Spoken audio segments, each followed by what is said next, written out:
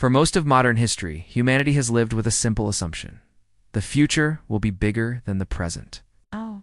More people, more workers, more consumers, more ideas, and as a result, more economic growth. Entire financial systems, governments, and social structures have been built on this belief. Growth was not just expected, it was assumed. But what if this assumption is no longer true?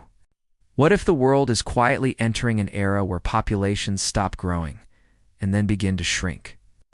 And what if this single demographic shift has the power to fundamentally change how economies function, how wealth is created, and how societies define progress? To understand why this matters, we first need to understand what economic growth actually is. At its core, economic growth is the increase in the total value of goods and services produced by an economy. Traditionally, this growth comes from two sources: more people participating in the economy, and improvements in productivity through technology and innovation. For decades, population growth worked like a natural engine. More people meant more workers to produce goods, more consumers to buy them, and more young minds to innovate. This positive feedback loop helped fuel unprecedented global expansion during the 20th century. Living standards rose, poverty declined, and economies became larger and more complex. However, this engine is now slowing down. Across much of the world, birth rates are falling below the level needed to maintain stable populations. In many developed countries, the average number of children per woman is far below replacement level. Even in developing nations, fertility rates are dropping faster than most experts predicted. The result is a demographic reality that looks very different from the past. Populations age. The number of elderly people grows while the number of young workers entering the labor force shrinks. This imbalance creates economic stress that compounds over time. When fewer young people are born today, fewer workers exist 20 years later. When fewer workers exist, total production capacity weakens. Businesses struggle to find employees. Governments collect less tax revenue. Pension systems face pressure as fewer workers support more retirees. Healthcare costs rise just as public finances tighten. But the impact goes beyond labor shortages. Many economic growth models assume that innovation scales with population size, or people means more scientists, more entrepreneurs, more inventors. When population growth slows, the pace at which new ideas emerge may slow as well. Innovation does not disappear, but its rate may decline. Consumption patterns also change. Younger populations spend differently than older ones. They buy homes, furniture, electronics, and education. Older populations spend more on healthcare and savings and less on new goods. This shift can reduce demand across large sectors of the economy, creating long-term stagnation. Japan offers a glimpse into this future. Its population has been declining for years. Entire towns are shrinking. Schools close due to lack of children. Labor shortages persist despite advanced technology.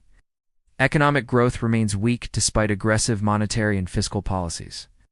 Japan is not collapsing, but it is struggling to grow in the way it once did. Europe faces similar challenges. Many countries rely on immigration to offset population decline, but even migration has limits. Meanwhile, emerging economies that once depended on large young populations are also aging faster than expected. This leads to a deeply uncomfortable question.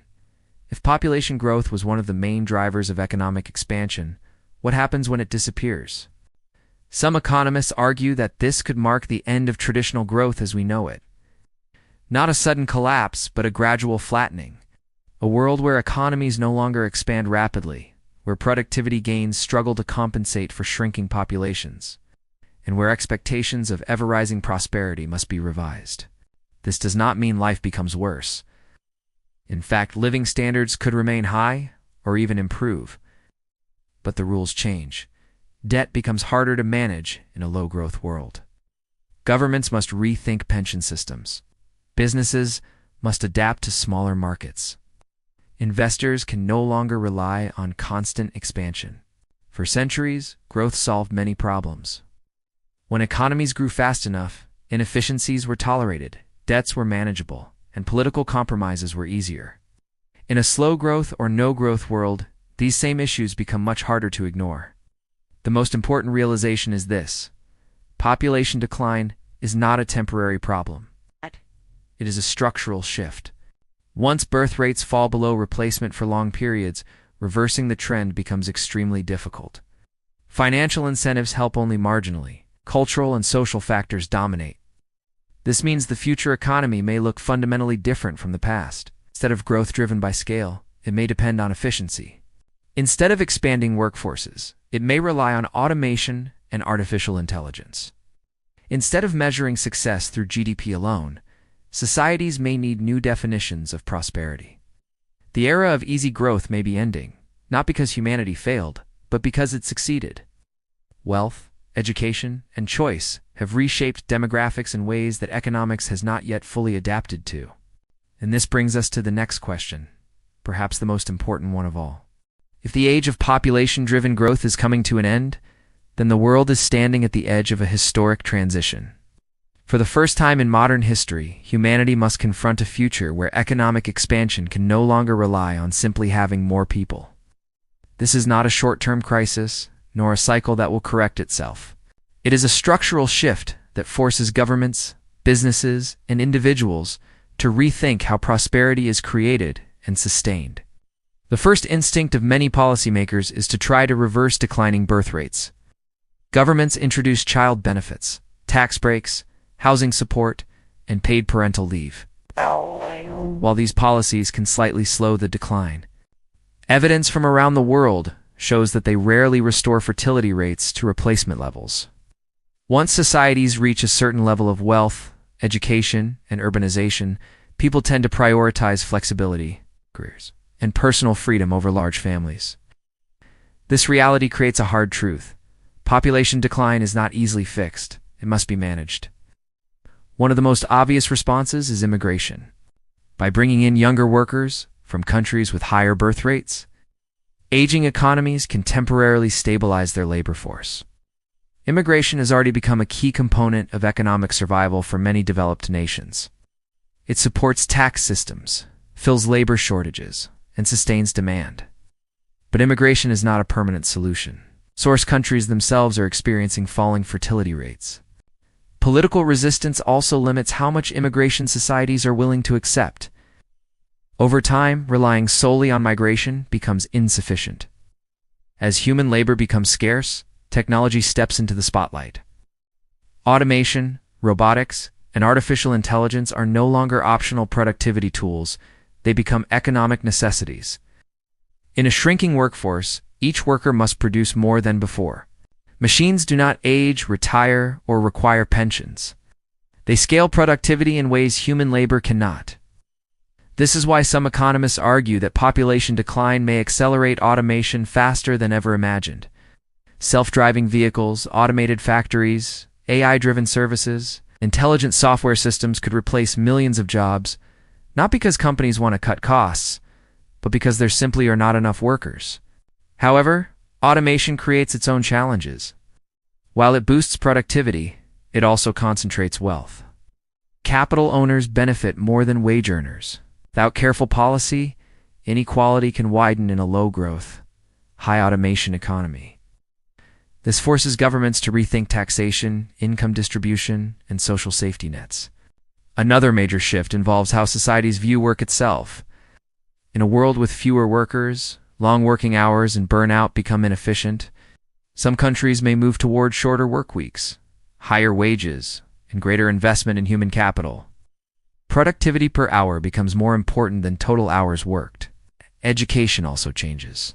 Instead of training large numbers of workers for repetitive tasks, systems must focus on creativity, adaptability, and advanced skills. Lifelong learning becomes essential as careers extend longer due to aging populations. At the same time, governments face immense fiscal pressure. Pension systems designed for growing populations struggle when the ratio of workers to retirees collapses. Healthcare costs rise sharply as societies age. Debt becomes harder to sustain when economic growth slows. This forces uncomfortable decisions. Retirement ages may increase. Benefits may be reduced or restructured. Taxes may rise. These changes are politically sensitive but unavoidable in a low-growth demographic environment. Perhaps the most profound transformation is psychological. Modern societies are obsessed with growth. Rising GDP is treated as proof of success. Falling growth triggers panic.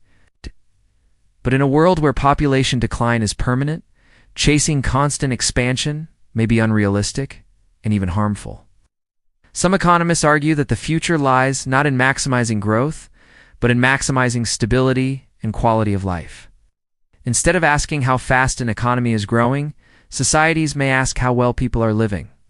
Health, education, environmental sustainability, and social cohesion become more important than raw output numbers. In fact, scarcity often drives creativity.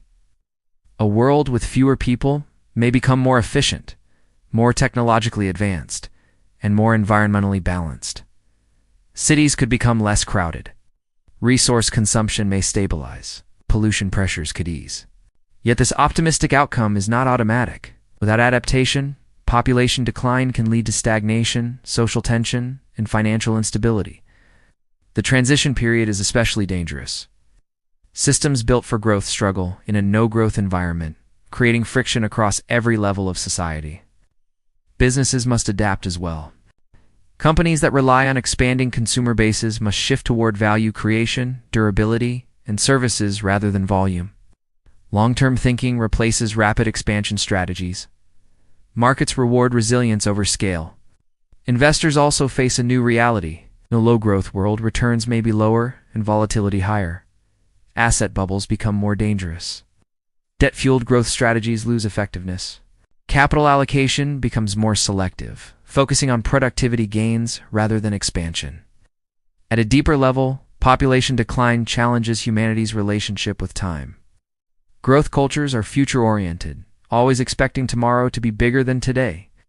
A stable or shrinking world demands a different mindset, one focused on preservation, balance, and sustainability. The end of population-driven growth does not signal the end of progress. It signals the end of a particular chapter in human history. The next chapter will be written not by numbers alone, but by choices. Your choices about how technology is used, how wealth is shared, how societies care for their aging populations, and how success is defined. The future economy may grow more slowly, but it does not have to grow weaker. It may become smaller in scale, but stronger in resilience. It may abandon the illusion of infinite expansion and replace it with a more mature understanding of prosperity. The question is no longer whether population decline will reshape the global economy. That transformation has already begun. The real question is whether humanity will adapt intelligently or cling to outdated models until they break. The age of endless growth may be fading, but the age of intentional, sustainable progress is just beginning. As the world moves deeper into an era of declining populations, something far more complex than economics begins to unfold. This shift is not just about numbers, labor markets, or GDP charts. It is about how civilization itself understands purpose, value, and progress. For centuries, growth was humanity's compass. It told nations where they were going and reassured people that tomorrow would be better than today. When growth fades, that compass begins to spin. The most dangerous mistake societies can make during this transition is denial. History shows that systems collapse not because change happens, but because institutions refuse to adapt to it. Governments that continue to design policies for a growing population will face repeated crises. Corporations that plan for endless consumer expansion will overinvest, overborrow, and eventually fail. Financial markets that price assets assuming perpetual growth will experience sharper booms and more painful crashes. One of the first signs of this mismatch is debt. Modern economies are built on borrowing against future growth. Governments issue debt expecting a larger economy tomorrow to pay it back. Companies borrow to expand, assuming future demand will justify today's costs. Individuals take loans believing rising incomes will make repayment easier. In a world of slow or zero growth, this logic weakens. Debt does not disappear, but the ability to service it becomes fragile. Interest rates lose their traditional power. Stimulus packages become less effective. Central banks find themselves pushing on a string, unable to generate the momentum they once could. This creates a quiet but profound shift in financial thinking.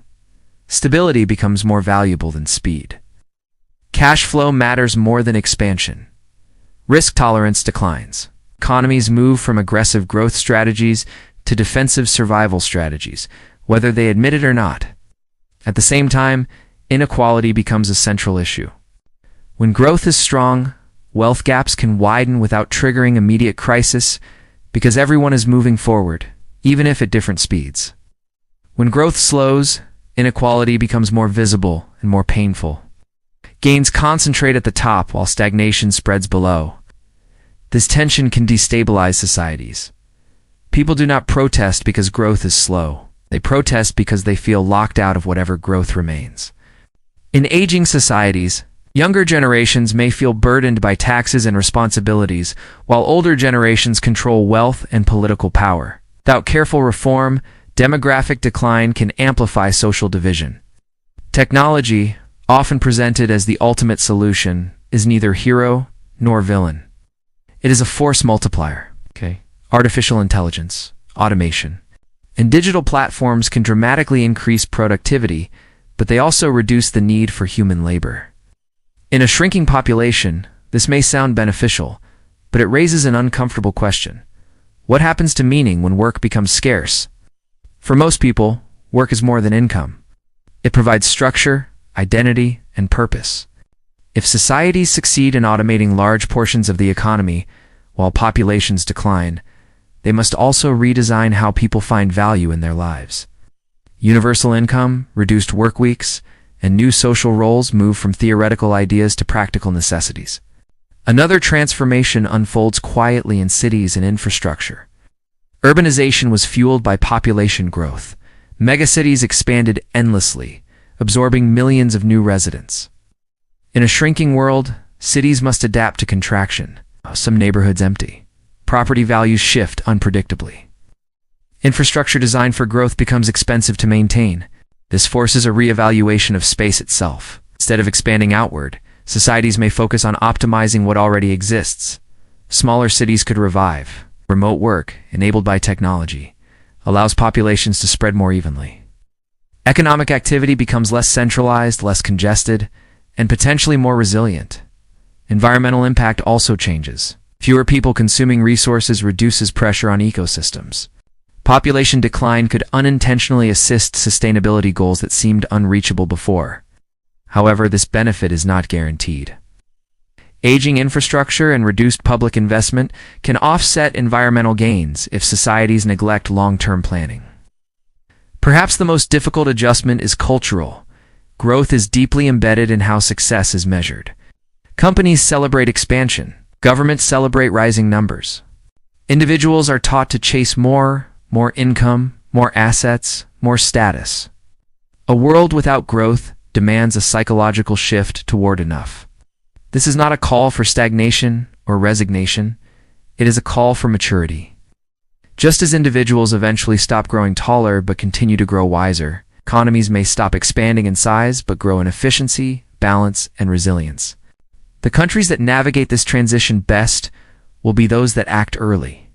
They will redesign pension systems before they collapse, invest in productivity rather than population, educate citizens for adaptability rather than repetition, and measure success through well-being rather than sheer output.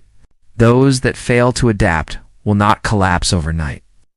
They will decline slowly, painfully, and unevenly. Living standards will erode quietly. Trust in institutions will weaken. Political extremism may rise as people search for simple explanations to complex problems. The future will not be uniform. Some regions will manage demographic decline better than others. Some will leverage technology intelligently. Others will resist change until options disappear. The gap between adaptive and rigid societies may become one of the defining divides of the 21st century. In the end, population decline forces humanity to confront a truth it has long avoided. Growth was a phase, not a destiny. It carried civilization forward, but it was never meant to last forever. What comes next is not collapse, but transformation. The question is no longer how big the world economy will become. The question is how wisely it will function with what it has, whether humanity can shift from expansion to stewardship, from acceleration to intention, from quantity to quality. This is not the end of the story of progress. It is the end of one narrative and the beginning of another, far more challenging one. A story where success is defined not by endless growth, but by the ability to live well within limits. And history will judge this era not by how much humanity produced, but by how intelligently it adapted when growth finally stopped.